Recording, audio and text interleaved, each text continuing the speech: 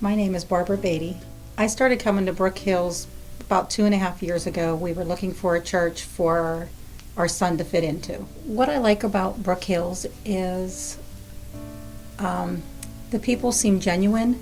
Um, Everybody just, they're who they are. They don't try to act like anybody better or different. When I first started, I thought these people are all perfect, but as the years have gone on, I realized they all have their flaws just like me, and they're just all seeking the same thing. I went to church off and on as a child, not like my family didn't go, but I went with friends. I went with my stepmom.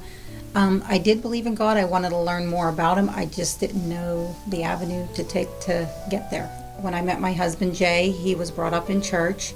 We started going to church off and on.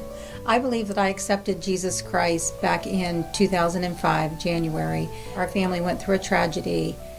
We had lost a grandson at 16 days old. I went to the Women of Faith conference a few months later, and I was probably the most miserable person there. And I kept thinking, why am I here, God? Why are you making me listen to all this stuff?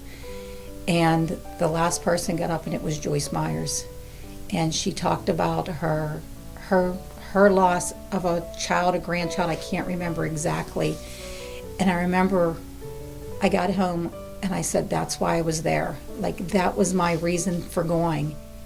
Probably a week or so later, I wrote to her. Somebody responded, whether it was her or her staff, and they told me about a book called Mommy Don't Cry, There's No Tears in Heaven. And I sat there and read that book before I gave it to my daughter. And I was like, I need to get to heaven. I need to see Him. I need to hold Him again. Getting baptized today is important to me because over the last 2 years of being here and watching everything and learning, I feel that this is the next step on my walk to salvation.